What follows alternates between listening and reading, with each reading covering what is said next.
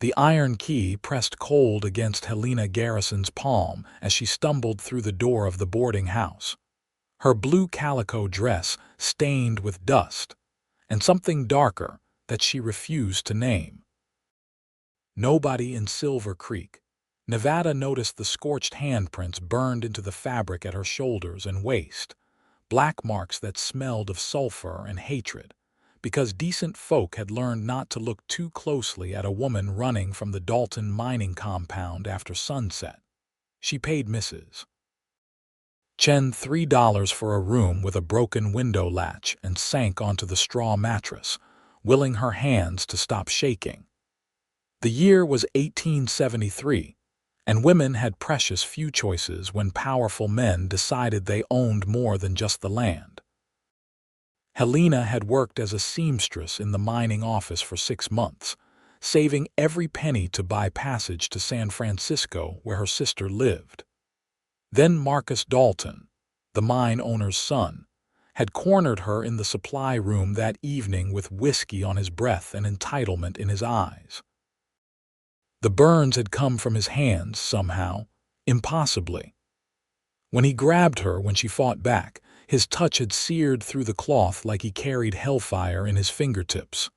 She had kicked him hard enough to buy herself seconds, grabbed the money from her hiding spot, and run. Now those handprints remained, permanent evidence of violence that no lawman in this territory would care about. Marcus Dalton's father owned the silver mine, the general store, and half the politicians in Carson City. Helena owned a ruined dress and $42. Sleep came in fragments, broken by the sound of boots on wooden planks and the distant laughter from the saloon across the street. When dawn filtered through the crooked blinds, Helena forced herself upright and examined the dress in proper light. The handprints looked even worse in the morning, char black against the pale blue fabric, positioned exactly where Marcus had grabbed her. Her stomach turned. She needed new clothes, needed to disappear before the Daltons came looking, but first she needed to understand what had happened. The knock on her door came before she finished braiding her dark hair. Helena froze, every muscle coiled tight, but the voice that followed was feminine and accented. "Miss, I brought tea. You looked poorly last night." Mrs. Chen, the boarding house keeper, entered with a tray that held not just tea but bread and butter. The older woman's eyes dropped immediately to the dress draped over the room's single chair, and her expression shifted from concern to something harder. "That is not a normal burn, Mrs. Chen said quietly. She set the tray down and moved closer, touching the fabric with careful fingers. "I have seen this once before, many years ago in California. There was a man who worked at the railroad camp, a foreman. He had the devil's touch, my grandmother called it. When he grew angry, his hands would burn hot enough to mark. He hurt 3 women before someone shot him." Helena's throat constricted. "I thought I imagined it, the heat." "You did not imagine this." Mrs. Chen gestured at the handprints. "Where will you go?" "West, I think, away from here. The stage leaves at noon for Sacramento, but Marcus Dalton is already telling people you stole from the mining office." Mrs. Chen's expression was sympathetic, but firm. "His father has men watching the stage depot and the train station. They are looking for a woman in a blue dress." The bread turned to ash in Helena's mouth. Of course the Daltons would not let her simply leave. They would brand her a thief, ensure no one believed her story, and drag her back to face their version of justice. She had $42 and a dress that told a truth no one would accept. "There is another option," Mrs. Chen continued. "A supply wagon leaves this afternoon for the mining camps up in the hills. The driver is a good man, quiet, and he owes me a favor. He could take you north to the logging territories. From there, you could work your way to Oregon or Washington. It is harder country but safer." Helena considered this. The logging camps were rough, but they were far from the Daltons' reach. She could find work in one of the mill towns, save money again, eventually make her way to Sarah in San Francisco. It meant months of delay, months of living rough, but it meant freedom. "What is his name?" Helena asked. "This driver, Samuel Sterling. He is young, maybe 25, but reliable. He does not talk much, keeps to himself. Lost his family to cholera 4 years back and has been moving from job to job ever since." Mrs. Chen poured the tea with steady hands. "He will not ask questions if I tell him not to. But you should change clothes. I have a brown work dress that might fit. Leave that blue one here. I will burn it properly." The offer was more kindness than Helena had expected to find in Silver Creek. She accepted the tea and felt its warmth spread through her chest, loosening the knot of fear that had taken up residence there. Mrs. Chen left to make the arrangements, and Helena changed into the borrowed dress, a simple brown cotton garment that hung loose at the shoulders but would serve. She rolled her few possessions into a bundle, tucked her money into her boot, and waited. Samuel Sterling arrived at 3 in the afternoon, driving a wagon loaded with mining equipment and timber. Helena watched him from the boarding house window, taking his measure. He was tall and lean, built like a man who worked with his hands, with dark hair that curled slightly at his collar and a face weathered by sun and wind. He moved with the easy confidence of someone comfortable in his own skin, checking the wagon's wheels and talking quietly to the 2 draft horses hitched to the front. Mrs. Chen appeared at Helena's elbow. "He is ready. I told him you need passage north and can pay." He agreed to $20 for the journey. It will take 4 days through the mountain passes. 4 days alone with a strange man. Helena weighed the risk against the certainty of what waited if she stayed. The handprints on her old dress made the decision simple. She descended the stairs and approached the wagon, clutching her bundle. Samuel turned at the sound of her footsteps, and she got her first clear look at his eyes. They were gray-blue, the color of smoke, and they held a wariness that matched her own. He nodded once, a brief acknowledgement, then gestured to the wagon seat. "Miss Garrison, I understand you need transport north. I am heading to the logging camps near Ruby Valley. I can take you that far, but I keep a steady pace and do not tolerate trouble." His voice was low and even, with a hint of some accent she could not place. Not unfriendly, but not warm either. A business transaction. "I can pay," Helena said, lifting her chin. "And I will not cause trouble. I just need to leave Silver Creek." Something flickered in his expression, too quick to name, but he simply nodded again and offered his hand to help her up onto the wagon seat. His grip was strong and calloused, and she noticed the way he released her immediately, respecting the distance between them. That small courtesy eased something in her chest. They left Silver Creek heading north as the afternoon sun began its descent toward the distant mountains. Samuel kept the horses at a steady walk, navigating the rutted road with practiced ease. Helena sat stiffly beside him, hyper-aware of every sound, half expecting to hear pursuit from the Daltons. But the road remained empty behind them, and gradually the tension in her shoulders began to ease. "Thank you," she said after an hour of silence, "for agreeing to take me." Samuel glanced at her briefly. "Mrs. Chen helped me when I first came to Silver Creek. I owed her a kindness." He paused, then added, "She did not say why you need to leave, and I will not ask, but if someone comes looking for you, I should know what to expect." Helena measured her words carefully. "The mine owner's son took liberties. I defended myself and ran. He is telling people I am a thief to cover what he did." The muscles in Samuel's jaw tightened, but his voice remained level. "Will they follow? I do not know. Maybe. His father has resources. Then we will take the back trails through the mountains. Slower, but harder to track." He clicked his tongue at the horses, guiding them off the main road onto a narrow path that climbed into the foothills. "There is a pistol under the seat and a rifle behind it. If you know how to shoot, you should keep one close." The matter-of-fact way he said it, the complete absence of judgment or doubt, made Helena's eyes sting unexpectedly. She blinked hard and nodded. "My father taught me to shoot. I am not an expert, but I can manage. Good enough." They traveled until dusk painted the sky in shades of copper and gold. Then Samuel pulled the wagon off the trail into a clearing sheltered by ponderosa pines. He moved efficiently, unhitching the horses and setting up a small camp while Helena gathered deadwood for a fire. The evening air was cooling quickly, carrying the sharp scent of pine sap and mountain stone. Samuel had brought supplies: coffee, beans, salt pork, cornmeal. He cooked with the same quiet competence he brought to everything else, and they ate in companionable silence as the fire crackled between them. Helena found herself studying him across the flames, noting the way he sat with his back to a large boulder, positioned so he could see the trail. Always watchful, always prepared.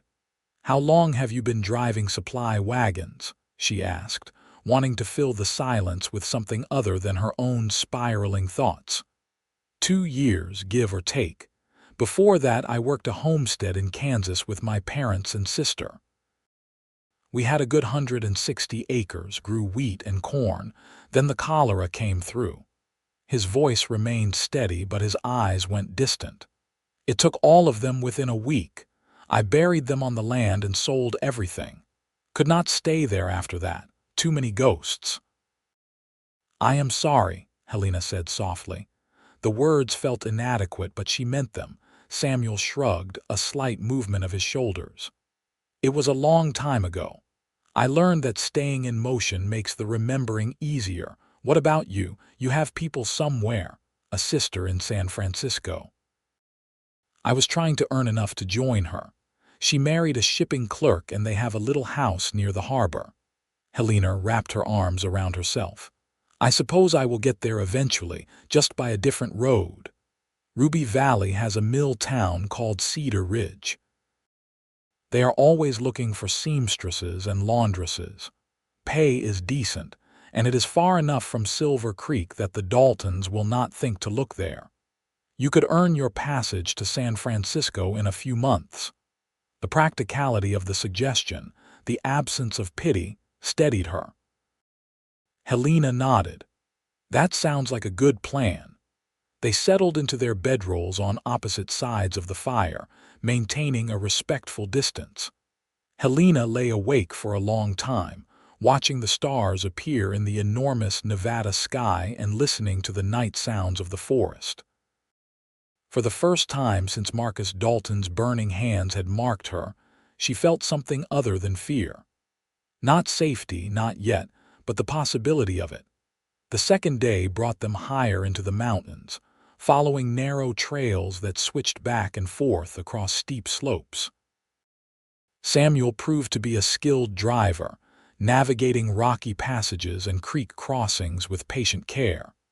They spoke little, but the silence between them felt natural rather than uncomfortable. Helena found herself relaxing incrementally, her body remembering that not all men were dangerous.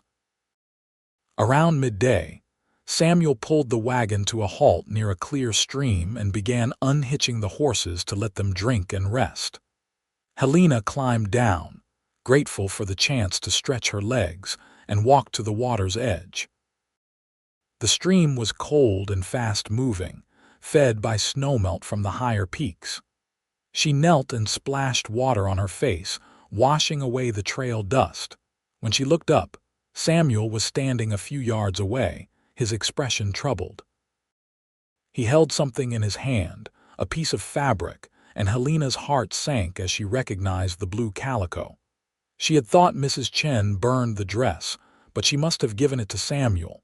Now he stood holding it, staring at the black handprints seared into the cloth. "Mrs. Chen thought I should know what happened," he said quietly. So I would understand why you need to get far away. May I ask you something? Helena stood slowly, every muscle tense. Yes. Did his hands actually burn you, or just the dress? The question was not what she expected. Helena pulled up her sleeve, revealing the red marks on her upper arm where Marcus had gripped her. They were not as severe as the burns on the dress, but they were there, clear evidence of heat and violence. Samuel's expression went very still. He carefully folded the dress and set it aside, then met her eyes. My grandmother was Shashon. She used to tell stories about people born with unusual abilities, gifts from the spirit world. Most were good things, healing or finding water. But sometimes the gift was twisted by a bad heart, turned into something harmful. She said fire hands were the rarest and the most dangerous because that kind of power in a cruel person could do terrible damage. You believe me? Helena's voice came out thin and fragile. I believe the evidence. And I believe you. Samuel moved a step closer, then stopped, clearly conscious of not crowding her. Show me where they touched you wrong. The words hung in the air between them, heavy with meaning. Helena's breath caught. No one had asked to see, to understand, to witness the truth of what had happened. She slowly pulled up both sleeves, showing the marks on her arms. Then, with trembling fingers, she touched her shoulders where the handprints on the dress corresponded to bruises beneath the fabric misses. Chen had given her. Samuel looked at each mark, his jaw tight with controlled anger, but when he spoke, his voice was gentle. You did nothing to deserve this. You know that, right? Whatever he told you, whatever lies he is spreading, this was not your fault. The knot that had lived in Helena's chest since that night in the supply room suddenly loosened. Tears spilled down her cheeks before she could stop them. 4 days of fear and shame and rage finding release all at once. She covered her face with her hands, shoulders shaking, and then Samuel was there, not touching but near, a solid presence. You are safe now, he said quietly. I promise you that. No one will hurt you while I am here. Helena believed him. The certainty in his voice, the steady calm of his presence, made belief possible. She wiped her eyes and looked up at him, this quiet cowboy who had taken her out of Silver Creek without question, who listened and believed and did not make her feel small. Thank you, she managed. For not thinking I am crazy, for not asking what I did to provoke him.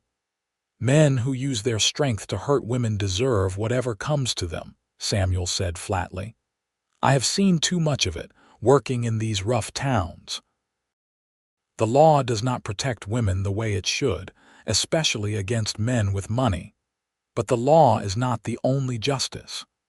There was something dangerous in the way he said it, a glimpse of steel beneath the quiet exterior. Helena wondered what Samuel Sterling had done in the years since he lost his family, what roads he had traveled and what violence he had witnessed or perhaps committed. But she did not ask. Some stories revealed themselves in their own time. They continued north through the afternoon, and Helena felt the dynamic between them shift. The polite distance remained, but underneath it was something else now, a shared understanding. Samuel had seen her wounds, literal and otherwise, and had not turned away. That meant something. By evening they reached a higher elevation where the air was thin and sharp with the scent of juniper. Samuel made camp in a protected hollow and built up the fire against the mountain cold. After they ate, he retrieved a small wooden box from the wagon and opened it to reveal medical supplies, bandages, salve, a bottle of whiskey. Let me tend those burns properly, he said. They look like they might fester if they are not cleaned. Helena hesitated, then nodded. Samuel washed his hands carefully in water heated over the fire, then dampened a clean cloth. He worked with practiced efficiency, cleaning the burns on her arms with gentle touches, applying salve that smelled of comfrey and calendula. His hands were steady and impersonal, a caregiver tending wounds, nothing more. "Where did you learn medicine?" Helena asked, watching his careful movements. "My mother was a midwife. She taught me basic doctoring before she passed. In the places I have worked, being able to stitch a wound or set a bone makes you valuable." He wrapped clean bandages around her arms, tying them securely. "These should heal well enough if you keep them clean. The salve will help with the scarring." "I do not mind scars," Helena said. "They are proof I survived." Samuel's eyes met hers and something passed between them, a recognition of shared damage and shared strength. "Yes," he agreed softly, "they are." That night, Helena slept more deeply than she had in months, lulled by the crackling fire and the sense of Samuel's watchful presence across the flames. The third day brought them into wilder country, where the trails narrowed and the forest pressed close on both sides. Samuel navigated carefully, sometimes stopping to clear fallen branches or assess whether the wagon could safely pass through a tight section. Helena helped where she could and found herself enjoying the physical work, the way it occupied her mind and left little room for fear. They talked more as they traveled, the conversation coming easier. Samuel asked about her work as a seamstress, and Helena described the satisfaction of creating something beautiful from raw fabric, the meditative quality of precise stitching. He told her about the homestead in Kansas, the feeling of walking through wheat fields at sunset, the way his sister used to sing while she churned butter. "You miss it," Helena observed. "The settled life." Samuel considered this. "I miss what it represented. The idea of permanence, of building something that lasts. But I have not found a place that feels right since I lost them. Maybe I am not meant for permanence. Or maybe you just have not found the right place yet." He glanced at her with a slight smile, the first real smile she had seen from him, and it transformed his face from merely handsome to something that made her heart skip. "Maybe," he agreed. They crossed into the Ruby Valley region late that afternoon, descending from the high passes into a broad valley thick with cedar and pine. The settlement of Cedar Ridge sprawled along a river, built around a large lumber mill whose saw blade sang even from a distance. Neat rows of cabins lined the hillside, and Helena could see a main street with the usual assortment of shops and businesses. Samuel drove the wagon straight through town to the mill itself, where he spent an hour unloading supplies and collecting payment from the foreman. Helena waited on the wagon seat, watching the bustle of activity around the lumber yard. Men guided massive logs down the river, teamsters hauled cut boards onto waiting wagons, and the whole place hummed with industrious energy. When Samuel returned, he had a thoughtful expression.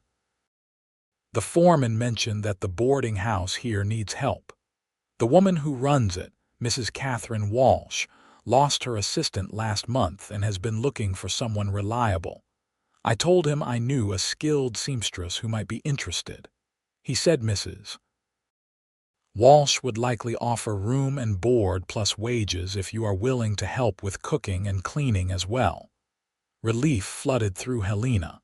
"That would be perfect. Thank you for arranging it." "Do not thank me yet. We should go meet her and see if it is a good fit."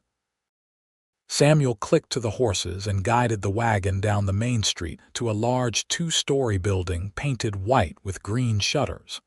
A sign out front read Walsh Boarding House in neat letters. Mrs.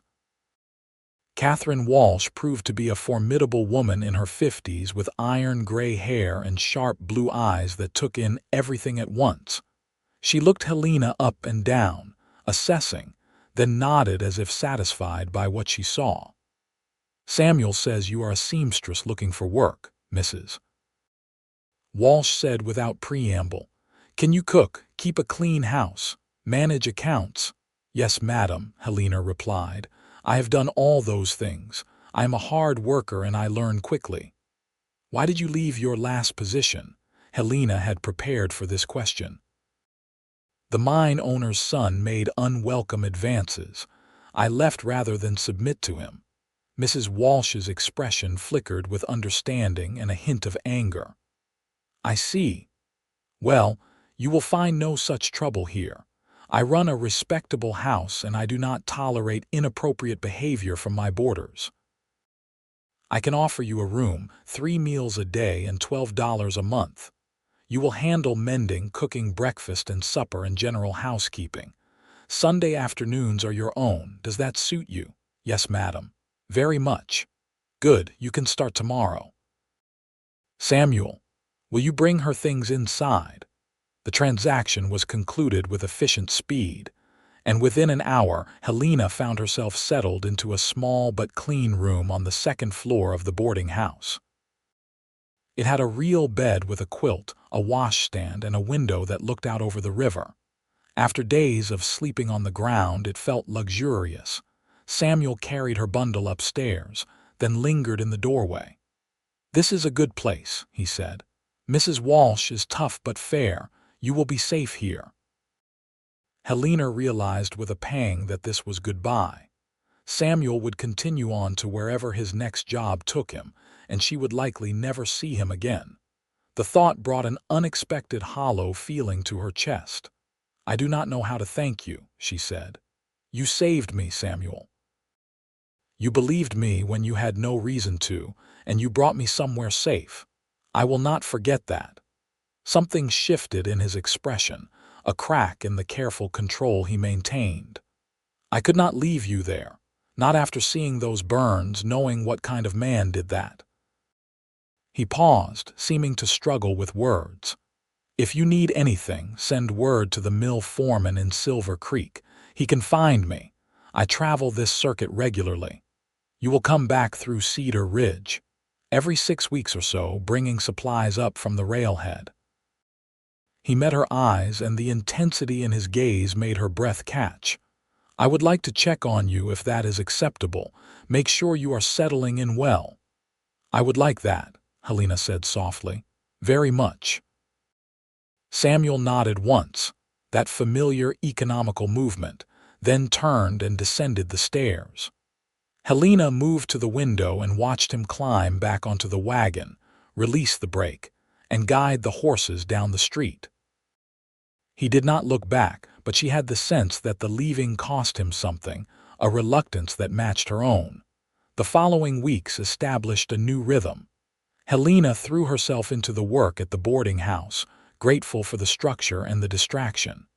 Mrs. Walsh proved to be a demanding but fair employer, and Helena learned quickly that the older woman had her own history of surviving difficult men. They developed an easy working relationship built on mutual respect and shared understanding.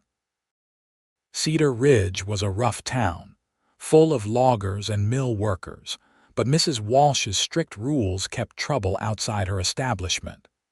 Helena mended clothes for the boarders, cooked meals that earned genuine compliments, and slowly began to feel the constant tension ease from her shoulders. The burns on her arms healed to pink scars, and the nightmares came less frequently. She saved every penny of her wages, tucking them into a small box under her bed. San Francisco remained her goal, but the urgency had faded. Cedar Ridge felt surprisingly safe, and Mrs. Walsh had hinted that Helena might eventually take over managing the boarding house if she proved reliable. It was a future Helena had not considered before, but it appealed to her practical nature. 6 weeks after her arrival, Samuel Sterling returned to Cedar Ridge with another supply wagon. Helena was hanging laundry in the yard behind the boarding house when she heard the familiar sound of his voice talking to the horses. Her heart leapt foolishly, and she had to force herself not to run around front like an eager child. Instead, she finished pinning up the sheets, smoothed her apron, and walked with deliberate calm to the front of the house. Samuel was unloading crates at the general store across the street, but he must have been watching for her because he looked up immediately.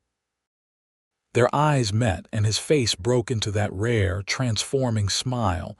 He finished his work, crossed the street, and removed his hat. "Miss Garrison, you look well." "I am well. Mrs. Walsh keeps me busy, but I like the work." Helena could not stop smiling. "Are you staying in town tonight?" "I have a room here, actually. Mrs. Walsh holds one for regular drivers." He glanced toward the boarding house. "Perhaps we could have supper together. I would like to hear how you have been settling in." "I would like that very much." That evening they sat together in the boarding house dining room after the other guests had finished their meals. Helena brought out beef stew and fresh bread, and they talked easily about the past 6 weeks. Samuel had been as far south as Las Vegas, New Mexico, hauling freight for the railroad construction. Helena described her work at the boarding house and the quirks of various boarders, but beneath the surface conversation ran something else, an awareness that had not been there before. Helena found herself noticing the way lamplight caught in Samuel's dark hair, the strength in his hands as he broke bread, the way he listened to her with complete attention. And she saw the way his eyes followed her movements, the careful distance he maintained as if afraid to presume anything.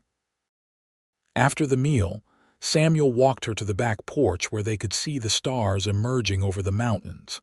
They stood side by side, not quite touching, and the silence between them hummed with things unsaid. "I thought about you," Samuel said finally, his voice low, "while I was traveling. Wondered if you were safe, if you had everything you needed." "I thought about you too," Helena admitted. "You were kind to me when I needed it most. That is not something I will forget." He turned to face her fully. "Helena, I want to be honest with you. I have not felt settled anywhere since I lost my family. But coming back here, seeing you again, this is the first time in 4 years that I have looked forward to arriving somewhere instead of leaving." Her breath caught. "Samuel, I know it has only been weeks. I know I have no right to speak of this yet, but I wanted you to know that my interest is not casual. If you are willing, I would like to court you properly. Come see you when I am in town, write letters when I am not. Give us both time to see if this could be something real." Helena's heart was pounding so hard she thought he must hear it. "I would like that," she said. "I have not wanted to think about courting or marriage after what Marcus Dalton did, but with you it feels different, safe." "I will never hurt you," Samuel said fiercely. "And I will never rush you into anything you are not ready for.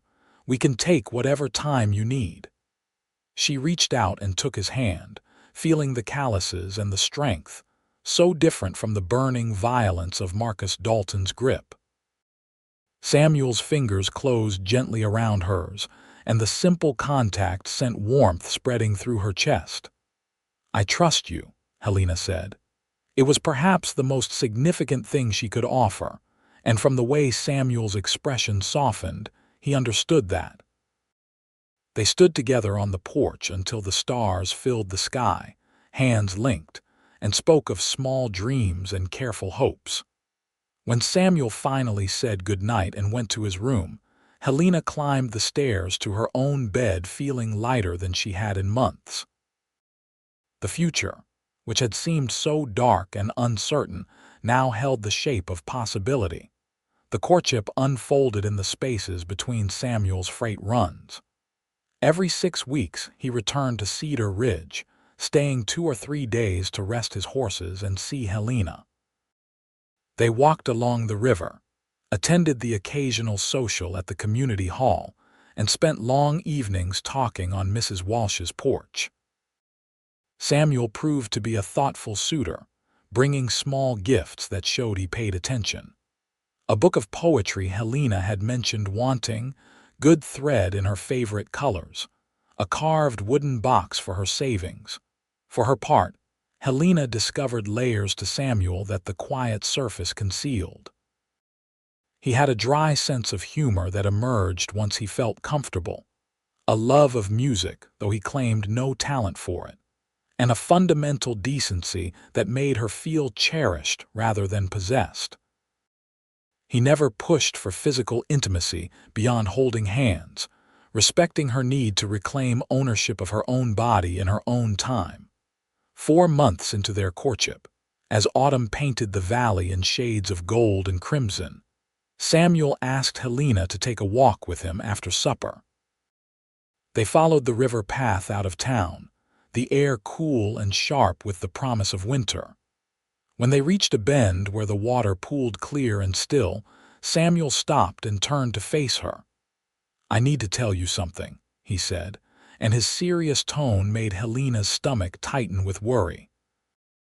"I received a letter last week from the freight company. They are offering me a permanent position managing their depot in Cedar Ridge. It would mean steady work, no more long runs, a decent salary. I could build a house, put down roots." "That sounds like a wonderful opportunity," Helena said carefully, not sure where this was leading. "It would be, except I have spent 4 years running from permanence because I was afraid of losing it again, afraid of building something only to have it torn away." Samuel took both her hands in his. "But I have realized something these past months with you. The running does not make the fear smaller. It just makes the world smaller, and I do not want to live small anymore." "What do you want?" Helena asked softly. "I want to accept that position. I want to build a house with enough rooms for a family. I want to marry you if you will have me, and build a life together right here in Cedar Ridge." He drew a deep breath. "I know you were planning to go to San Francisco eventually. I would never ask you to give up your dreams. But I am hoping maybe we could build new dreams together." Helena felt tears prick her eyes, but they were good tears, joyful tears. "I stopped wanting to run away weeks ago," she said. "Cedar Ridge feels like home now. Mrs. Walsh feels like family. And you, Samuel, you feel like the future I did not know I was allowed to hope for." "Is that a yes?" he asked, and the vulnerability in his voice made her love him even more. "Yes," Helena said firmly. "Yes, I will marry you. Yes to the house and the life and whatever comes next, as long as we face it together." Samuel pulled her into his arms then, holding her close with a tenderness that made her feel safe and treasured. When he kissed her, it was gentle and asking, giving her every opportunity to pull back if she needed. But Helena leaned into the kiss instead, letting it deepen, claiming this moment of joy and connection for herself. They were married in December of 1874. A small ceremony in the Cedar Ridge Community Hall with Mrs. Walsh standing as witness, and the mill foreman giving Helena away. Snow fell softly outside while they spoke their vows, and Helena wore a new dress she had sewn herself, pale green wool with pearl buttons. No handprints marred the fabric, no violence shadowed the day. Samuel had spent the autumn building them a small house on the edge of town, 2 rooms with the promise of more to be added. It was simple but sturdy, with a good stove and windows that let in the morning light. On their wedding night, he carried Helena over the threshold and set her down carefully in the main room. "Welcome home, Mrs. Sterling," he said, and the name felt right, like stepping into a self she had been meant to become all along. They moved slowly that night, learning each other with patience and care. Samuel let Helena set the pace, following her lead, making sure she felt safe and in control. When they finally came together, it was with mutual tenderness and a sense of claiming something good after surviving so much hardship.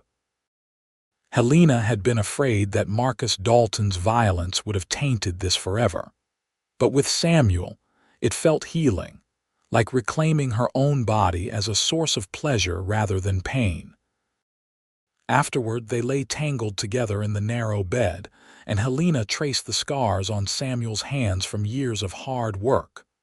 "I was so broken when you found me," she said softly. "I did not think I could trust anyone again." "You are not broken," Samuel corrected gently. You were wounded. There is a difference. Wounded things heal if they are given time and care. You gave me that. Time and care and the space to become whole again. He kissed her forehead. We gave it to each other. I was just as lost before I met you, Helena, just as wounded in my own way. Maybe we needed to find each other so we could both heal. Winter settled over Cedar Ridge with heavy snows that isolated the valley for weeks at a time. Helena and Samuel nested in their small house, learning the rhythms of married life. He taught her to play chess, using pieces he carved from scraps of pine. She taught him to cook more than just trail food, and they spent evenings experimenting with recipes from Mrs. Walsh's cookbook. They talked about everything and nothing, building the foundation of a partnership based on friendship as much as love. In the spring, Samuel began his work managing the freight depot while Helena continued at the boarding house, though with reduced hours now that she had a household of her own to maintain. The arrangement worked well, giving her both independence and partnership. Mrs. Walsh teased her about being a newlywed, but was clearly pleased to see Helena thriving. One evening in late April, as they sat together on their small porch watching the sunset, Helena gathered her courage to voice something she had been thinking about for weeks. I want to write to the law in Silver Creek, she said. About Marcus Dalton. Samuel's hand tightened on hers. What brought this on? I have been reading in the territorial papers about women organizing, speaking out about violence. There is a woman in California, Clara Foltz, who became a lawyer and is fighting to change laws that do not protect women. It made me think that maybe my silence is protecting Marcus. Maybe if I speak up, it could prevent him from hurting someone else. It is risky, Samuel said carefully. The Daltons have power. They could come after you, try to discredit you. I know. But I have evidence, the dress with the handprints, and I have you and Mrs. Walsh and a whole town that knows me now. I am not alone anymore, Samuel. That makes me braver than I was. He was quiet for a long moment, then nodded. Then we will do it together. We will write the letter, provide the evidence, and we will face whatever comes. You are right that silence protects men like Marcus Dalton. If speaking up might save even one other woman from what you endured, it is worth the risk. They spent the next week carefully drafting a letter to the territorial marshal, documenting what Marcus Dalton had done and providing the burned dress as physical evidence. Helena included testimony from Mrs. Chen, who remembered the condition Helena had been in that night, and character references from Mrs. Walsh and the mill foreman. When it was complete, Samuel took everything to the marshal's office in Elko, the nearest town with real law enforcement authority. Weeks passed with no response, and Helena began to think nothing would come of it. Then in June, a deputy marshal arrived in Cedar Ridge asking to speak with her. He was a weathered man in his 40s named Tom Hackett, and he listened to Helena's story with grave attention. Miss, I will be honest with you, he said when she finished. Men like the Daltons usually buy their way out of trouble, but your evidence is compelling, and there have been 2 other complaints filed against Marcus Dalton in the past year. One from a maid at his father's house, another from a woman in Elko. Neither had physical evidence like you do. Together, all 3 cases build a pattern that is harder to dismiss. What happens now? Helena asked. I am going to Silver Creek to arrest Marcus Dalton. He will face trial in Elko. I cannot promise you that justice will be served. Juries are unpredictable, especially when the accused has money. But I can promise you that your voice will be heard, and that matters. Marshal Hackett was true to his word. Marcus Dalton was arrested in July and stood trial in September of 1875. Helena traveled to Elko to testify, with Samuel at her side every moment.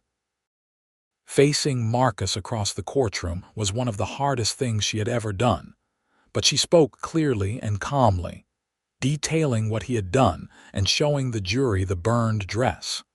The other two women testified as well, their stories echoing Helena's in painful detail. Marcus's lawyers tried to paint all three women as liars seeking money, but the physical evidence was undeniable. The dress with its handprints, the medical documentation of Helena's burns, the consistent pattern of behavior across multiple victims. The jury deliberated for 2 days. When they returned, they found Marcus Dalton guilty of assault. He was sentenced to 5 years in territorial prison and ordered to pay restitution to all three women. His father, furious at the public shame, disowned him and left Nevada entirely, moving his mining operations to Colorado. Helena stood in the courthouse and felt something fundamental shift inside her. It was not perfect justice. 5 years seemed too little for the damage Marcus had done. But it was justice nonetheless, a public acknowledgement that what he had done was wrong, that the women he hurt mattered. Samuel wrapped his arm around her shoulders as they left the courthouse. "You were so brave in there," he said. "I am so proud of you." "I could not have done it without you," Helena replied. "Knowing you believed me, knowing I had somewhere safe to return to, that gave me the strength to speak." They returned to Cedar Ridge and slowly life settled back into its rhythms. Helena found that testifying had lifted a weight she had not fully realized she was carrying. The nightmares stopped almost entirely, and she began to think about the future with genuine excitement rather than cautious hope. In December, as their first wedding anniversary approached, Helena realized her monthly courses had not come. She waited another week to be sure, then shared the news with Samuel over breakfast. "I think I am with child," she said, watching his face carefully. Samuel's expression went through a dozen emotions in rapid succession: shock, joy, fear, then settling on something fierce and tender. "Are you sure?" "As sure as I can be without seeing a doctor, but all the signs are there." He came around the table and pulled her into his arms. "A baby," he said wonderingly. "Our baby. Helena, this is incredible." "You are not frightened?" she asked. "After losing your family before." "Terrified," he admitted. "But also more happy than I have words for. We are going to be parents, Helena. We get to build the family we both dreamed of." Pregnancy agreed with Helena. She continued working at the boarding house through her 6th month, then transitioned to taking and sewing work she could do at home. Samuel hovered protectively, especially as her due date approached, and had to be reminded repeatedly that women had been having babies since the dawn of time, and she was not made of glass. Their son was born on a warm June evening in 1876, delivered by the midwife from the next valley with Mrs. Walsh assisting. The labor was long and difficult, but when Helena finally held the squalling infant against her chest, every moment of pain evaporated into pure wonder. "What should we name him?" Samuel asked, touching their son's tiny hand with reverent fingers. Helena had thought about this for months. "I would like to name him James, after my father, James Sterling." "James Sterling," Samuel repeated, testing the name. "It is perfect. Hello, James." "Welcome to the world, son." They expanded the house the following spring, adding 2 more rooms to accommodate their growing family. Samuel proved to be a devoted father, taking to fatherhood with the same quiet competence he brought to everything else. He would walk the floor with James at night when the baby was fussy, singing old ballads his own mother had taught him. Helena would wake to find them both asleep in the rocking chair, James sprawled across Samuel's chest, and her heart would overflow with gratitude for this life they had built. Cedar Ridge prospered as the lumber industry grew, and Samuel's management of the freight depot made him a respected figure in the community. Helena became known for her fine sewing and her work organizing community events. Together they built friendships and roots, becoming integral parts of the town's fabric. When James was 2, Helena became pregnant again. Their daughter, Rose, was born in the spring of 1879, a fierce little thing with dark hair and Samuel's gray-blue eyes. James was fascinated by his baby sister, constantly wanting to help care for her and show her his toys. The years unfolded in a cascade of small moments that accumulated into a rich life. First steps and first words, teaching James to read and Rose to sew, expanding the house again to add a proper parlor and a room for Samuel's growing collection of books. There were hard times too. A harsh winter that killed half their chickens, an outbreak of influenza that swept through Cedar Ridge, the constant worry that came with raising children in rough country. But through it all, Helena and Samuel held fast to each other and the life they had built. On their 10th wedding anniversary, they sat together on their porch watching James and Rose play in the yard, and Samuel took Helena's hand. "You ever think about how we met?" he asked. "How unlikely it was that Mrs. Chen would connect us, that I would be leaving Silver Creek at exactly the right time." "I think about it often," Helena said. "Sometimes I believe we were meant to find each other, that all the terrible things that happened were leading us to this moment, this life." "I used to be angry at God for taking my first family," Samuel admitted. "But I cannot be angry anymore, because losing them set me on the road that led to you. That seems like a terrible thing to be grateful for, but I am grateful nonetheless." Helena leaned her head on his shoulder.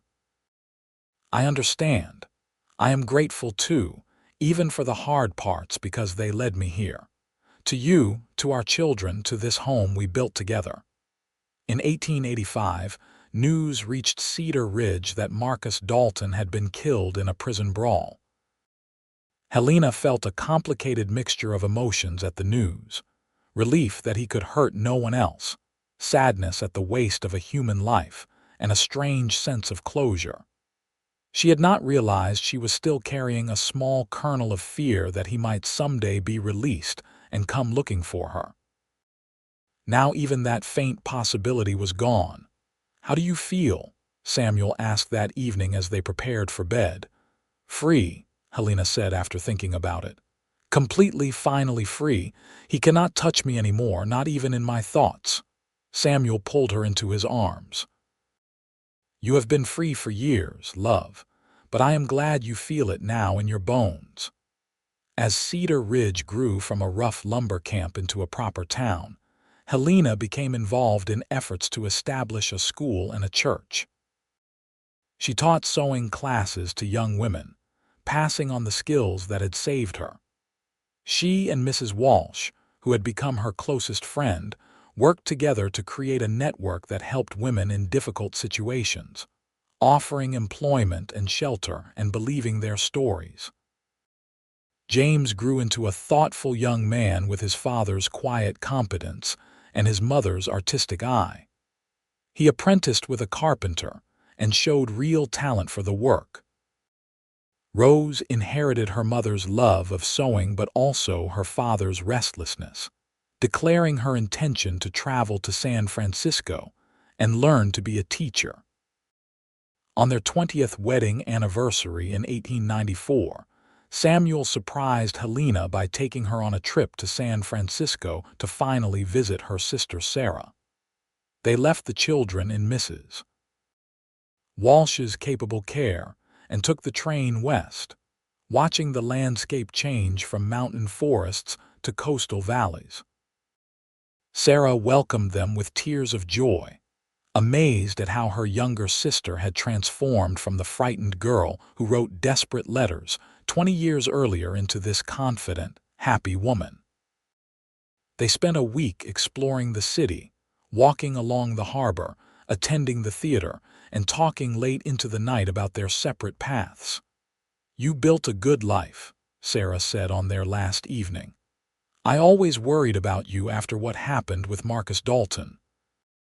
But you found real happiness, did you not? I did, Helena confirmed. More than I ever imagined possible. Samuel saved me in the ways that mattered most. He gave me space to heal and the courage to fight back. He gave me love that felt safe instead of dangerous. And together, we built something that neither of us could have created alone. On the train ride home, Helena and Samuel talked about the future. James was 20 now and courting a sweet girl from the next valley. Rose would leave for San Francisco in the fall to attend the new teacher's college. The house would feel empty without their laughter and chaos. "What do you want to do with this next phase of our lives?" Samuel asked. "When it is just the two of us again?" Helena considered the question. "I want to keep doing the work we have been doing, helping women who need it. I want to spend time with our grandchildren when they come. I want to grow old with you, Samuel Sterling, and never take for granted how lucky we are to have found each other." "That sounds perfect," he agreed. "Although I would add that I want to finally teach you to play the guitar." "You have been refusing for 20 years, Helena laughed. "I told you I have no musical talent." "I do not believe that for a moment. You just never had someone patient enough to teach you properly." They returned to Cedar Ridge to find their children thriving and the town preparing for the Harvest Festival. Life continued its forward motion, seasons changing, children growing, the landscape of their days shifting in small increments. James married his sweetheart Mary in the spring of 1896, and by the following autumn, Helena and Samuel were grandparents to a sturdy boy named Samuel James. Holding her grandson, seeing Samuel's features reflected in this tiny new face, Helena felt the cycle of life turning in profound ways. Rose returned from San Francisco with a teaching certificate and stories of the bustling city. She took a position at the Cedar Ridge School and threw herself into educating the town's children with passionate energy. She did not marry, declaring herself content with her independence and her work, and Helena saw echoes of her own hard-won autonomy in her daughter's choices. As the century turned and the 1800s gave way to 1900, Helena and Samuel marked their 25th anniversary. Their hair had gone gray, their bodies carried the marks of hard work and passing years, but their partnership remained as strong as ever. They still walked together along the river most evenings, still sat on their porch talking as the stars emerged, still found comfort and joy in each other's presence. "You remember what you said to me the night we met?" Helena asked one evening. "When you first saw the handprints burned into my dress. Show me where they touched you wrong," Samuel quoted softly. "I remember. No one had ever asked me that before. No one had ever wanted to see the evidence, to believe me, to bear witness. That changed everything for me, Samuel." "You changed everything." He took her hand, the gesture as natural and comfortable as breathing after 25 years of marriage. "You changed everything for me too. You gave me a reason to stop running, to build something permanent, to risk loving again after loss. You made me brave, Helena." "We made each other brave," she corrected. "That is what love does, I think. It gives us courage to face things we could not face alone." James and Mary had 3 more children over the years, filling Samuel and Helena's life with the noise and chaos of grandchildren. Rose eventually married a schoolteacher from Elko, a quiet man who respected her independence and shared her passion for education. They had 2 daughters who inherited their mother's fierce intelligence. Mrs. Walsh passed away in 1906 at the age of 82, leaving the boarding house to Helena in her will. Helena chose not to run it herself, but instead converted it into a proper women's shelter, a place where women fleeing dangerous situations could find temporary refuge and help getting on their feet. She hired a younger woman to manage the day-to-day operations while she provided funding and oversight. The shelter became Helena's legacy to Cedar Ridge, a concrete expression of the help she had received when she needed it most. Over the years, dozens of women passed through its doors, finding safety and support and the chance to rebuild their lives. Helena met with each one, shared her own story when it seemed appropriate, and made sure they knew they were believed and valued. Samuel supported the shelter wholeheartedly, using his position in the community to advocate for the women who came there, and to challenge men who questioned whether such help was necessary. He became known as someone who held his fellow men accountable, who would not tolerate violence against women, who believed women when they spoke of abuse. In 1912, on their 37th wedding anniversary, Helena and Samuel took another trip, this time back to Silver Creek, Nevada. Neither had been back since Helena fled in 1873. They were curious to see how the town had changed and to face the ghosts of Helena's past together. Silver Creek had grown considerably, the silver mine still operating though under different ownership. The boarding house where Mrs. Chen had sheltered Helena was gone, replaced by a modern hotel. They learned that Mrs. Chen had passed away years earlier, but her granddaughter still lived in town and remembered the stories of the kind woman who had helped people in need. They stood together on the street where Helena had once run in terror, and she felt nothing but peace. The girl who had fled this place was long gone, transformed into the woman she had become through years of healing and love and purposeful work. "I am not afraid anymore," Helena said. "Not of this place, not of those memories. They are just shadows now." Samuel wrapped his arm around her. "You conquered those shadows years ago, love, but I am glad you can see it so clearly now." They returned to Cedar Ridge and settled into the comfortable rhythms of their elder years.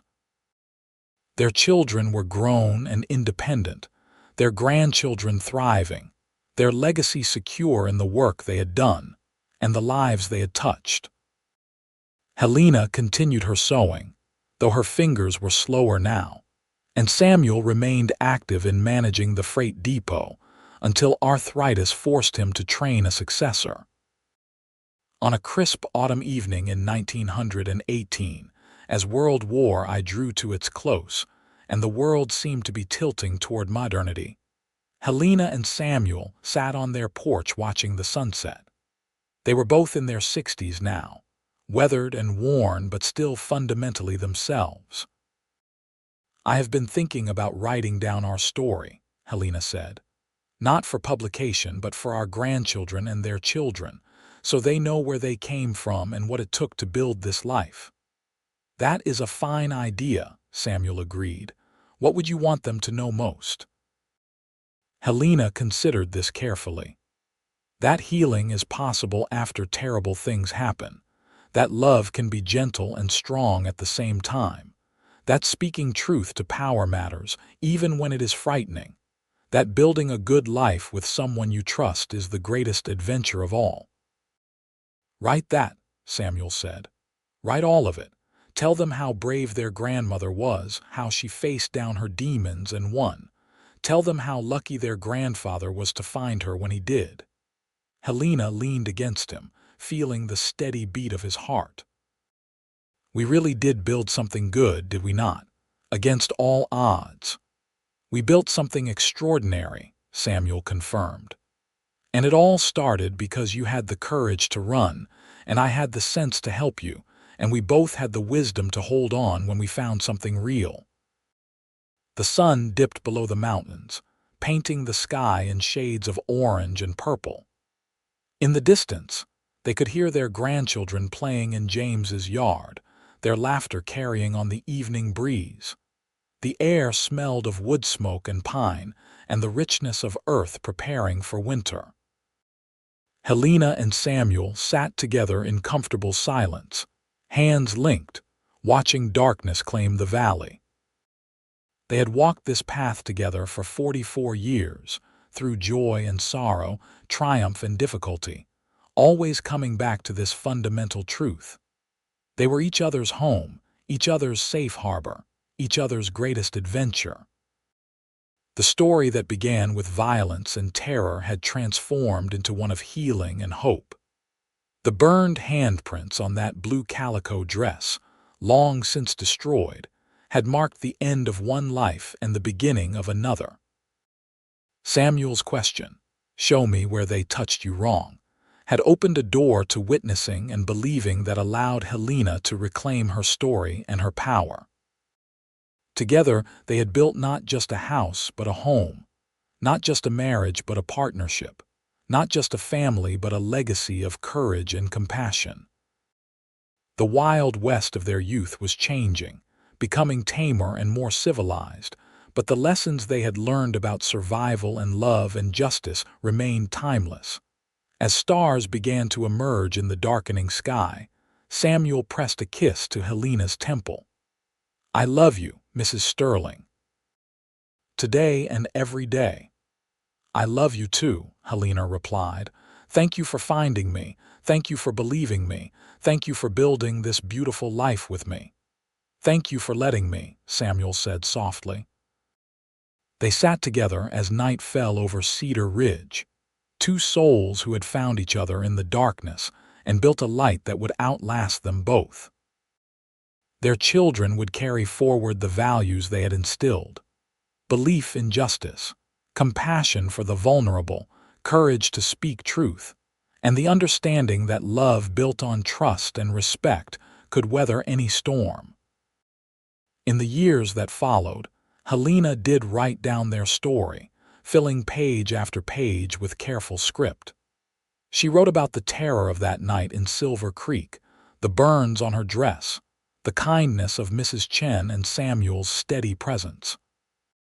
She wrote about the trial and the slow work of healing, about building a marriage and raising children, and creating a shelter for other women in need. She wrote so that future generations would understand that survival was not just about escaping danger, but about having the courage to rebuild afterward. That sometimes the greatest act of resistance was simply living well and refusing to let violence define you. That finding one person who truly sees and believes you can change the entire trajectory of a life. Samuel read each page as Helena completed it, occasionally adding his own memories and perspectives. Together they created a document that was more than just a story. It was a testimony to the power of compassion and the possibility of transformation.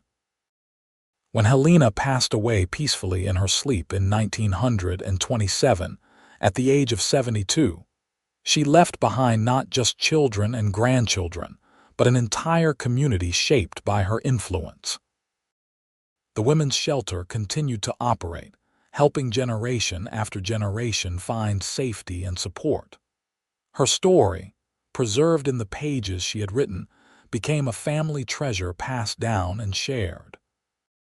Samuel lived another 5 years after Helena's death, and those who knew him said he carried her with him in every moment.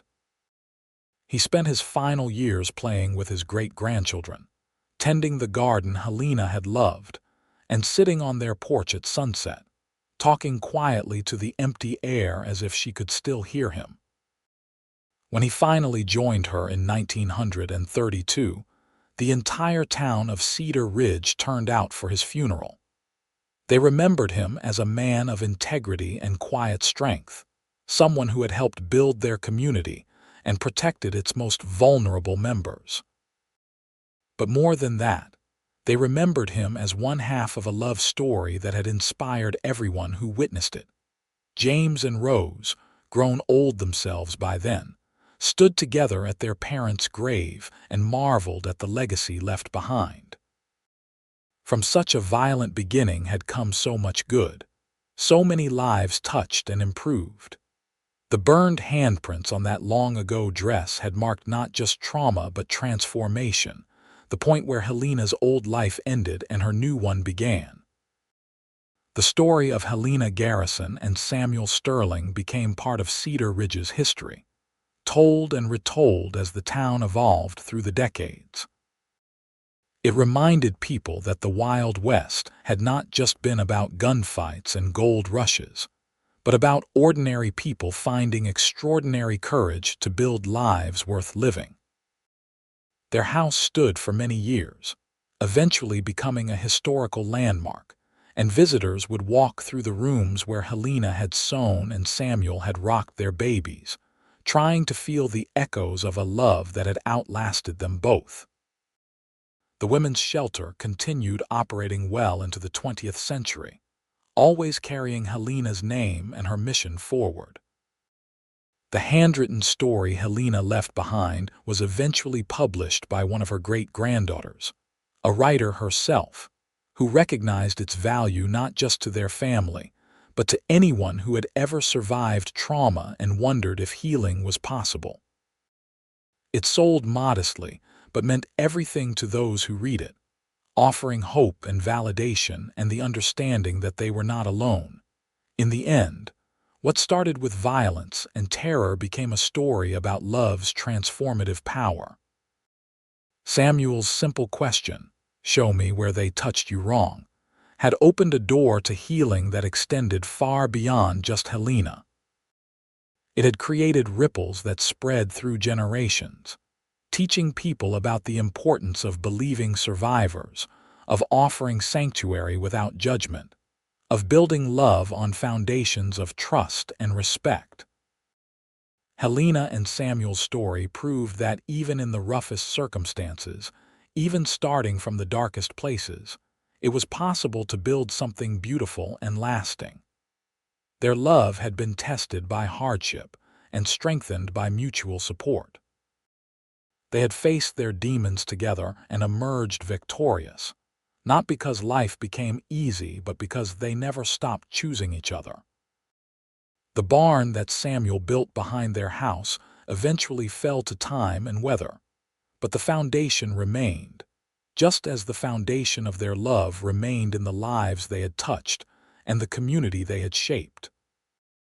Cedar Ridge evolved from a rough lumber camp into a proper town, into a small city, but it never forgot the couple who had helped define its character in those crucial early years. Their grandchildren and great-grandchildren scattered across the country, carrying forward the values Helena and Samuel had instilled.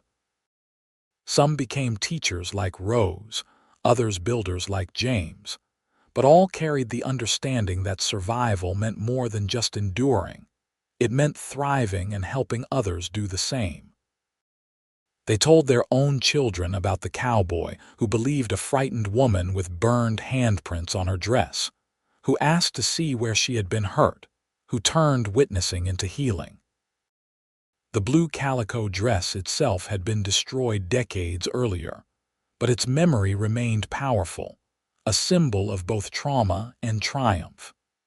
It represented the worst that could happen to a person and the possibility of recovery afterward. It reminded people that scars, whether physical or emotional, did not have to define a life. They could simply be part of a much larger story. As the 20th century progressed, and the Wild West became the subject of mythology and movies, those who knew the true story of Helena and Samuel would shake their heads at Hollywood's version. The real West had been harder and more complex than the legend suggested, but it had also contained more genuine heroism, more quiet courage, more transformative love than any screenplay could capture. What mattered, in the end, was not the violence that brought Helena and Samuel together, but what they built afterward. A marriage that lasted 44 years, children and grandchildren who carried their values forward, a community shaped by their compassion, a shelter that helped hundreds of women find safety and new beginnings, a love story that proved healing was possible and that the right partnership could transform everything. Their graves in the Cedar Ridge Cemetery bore simple markers with their names and dates, but those who visited knew the stones barely hinted at the lives lived and the love shared. Helena Garrison Sterling and Samuel Sterling had taken the broken pieces of their separate tragedies and forged them into something whole and beautiful. They had shown that asking, "Show me where they touched you wrong," was not just about witnessing pain, but about beginning the journey toward healing together. And so their story endured, passed down through generations, a testament to courage and compassion, and the enduring power of love built on trust. It reminded everyone who heard it that no matter how dark the beginning, no matter how deep the wounds, there was always the possibility of transformation when you found someone willing to truly see you, believe you, and walk beside you toward the light. The handprints burned into fabric became handprints left on hearts and lives, marks of love instead of violence, proof that the greatest revenge against those who would harm us is to live well, love deeply, and create beauty from ashes. Helena and Samuel had done exactly that, and their legacy would continue as long as people needed to believe that healing was possible and that love could conquer even the darkest beginnings.